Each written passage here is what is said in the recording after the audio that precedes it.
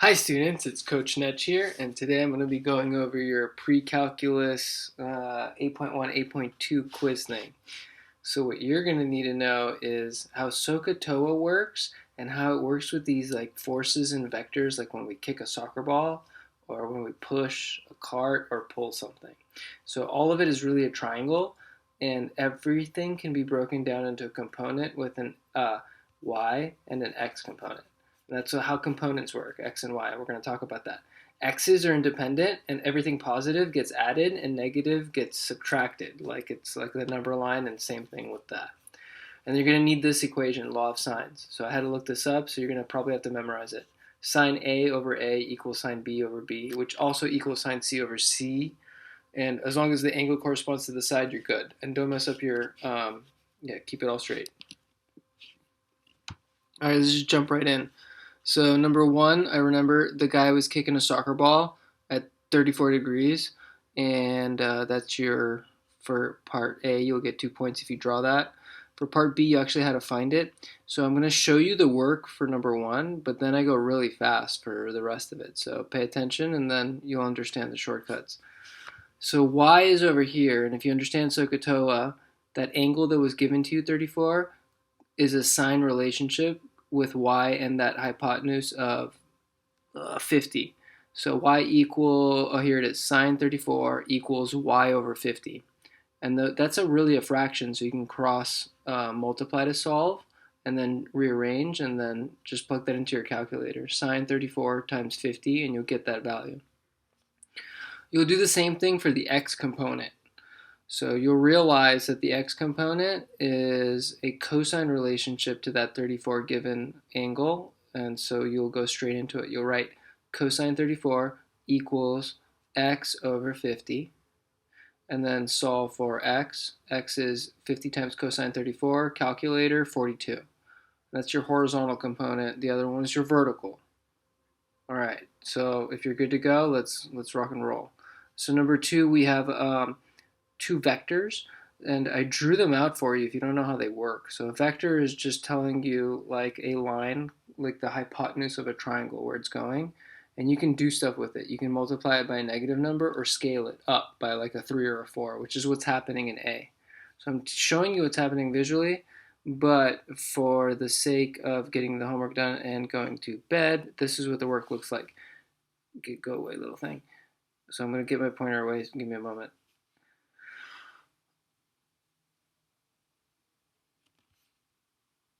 So you take the negative 3 and multiply it into the negative 1, making that a 3. Negative 3 times negative 4, making 12.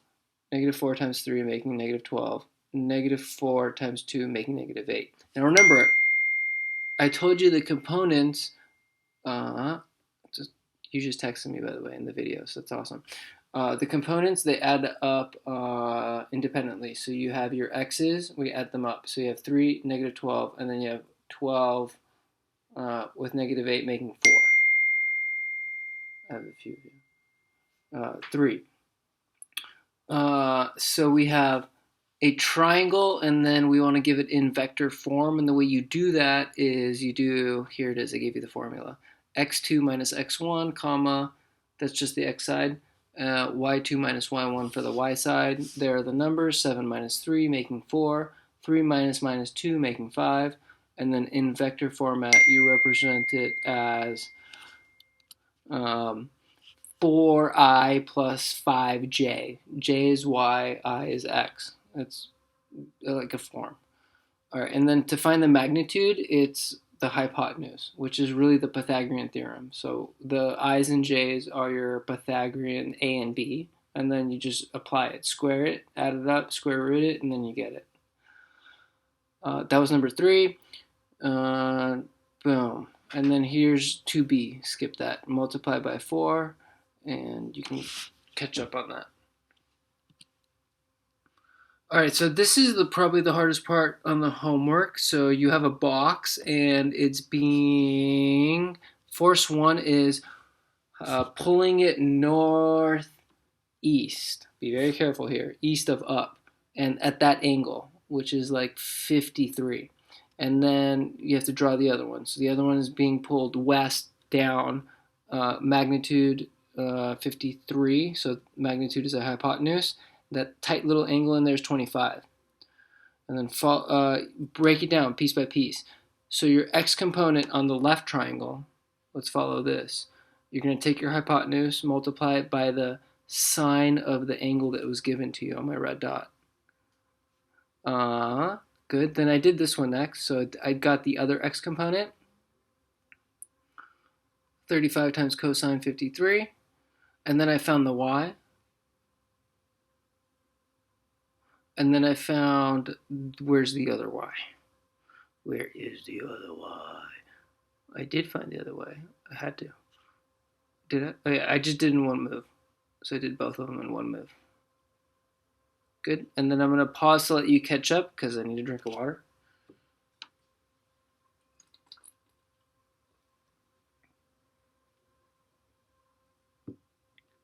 All right. And then, so this is what happened is, so imagine you have like one dog pulling and another dog pulling in the other direction. So obviously some of the components will cancel out and some will win, and it's like tug of war. One dog wins. So apparently this dog won, the left one. And this is the resulting magnitude, and it works like a hypotenuse. So you apply Pythagorean theorem to it. Well, and you land at 404.90, and that is west of south, or west of down. Two more, and we're out of here.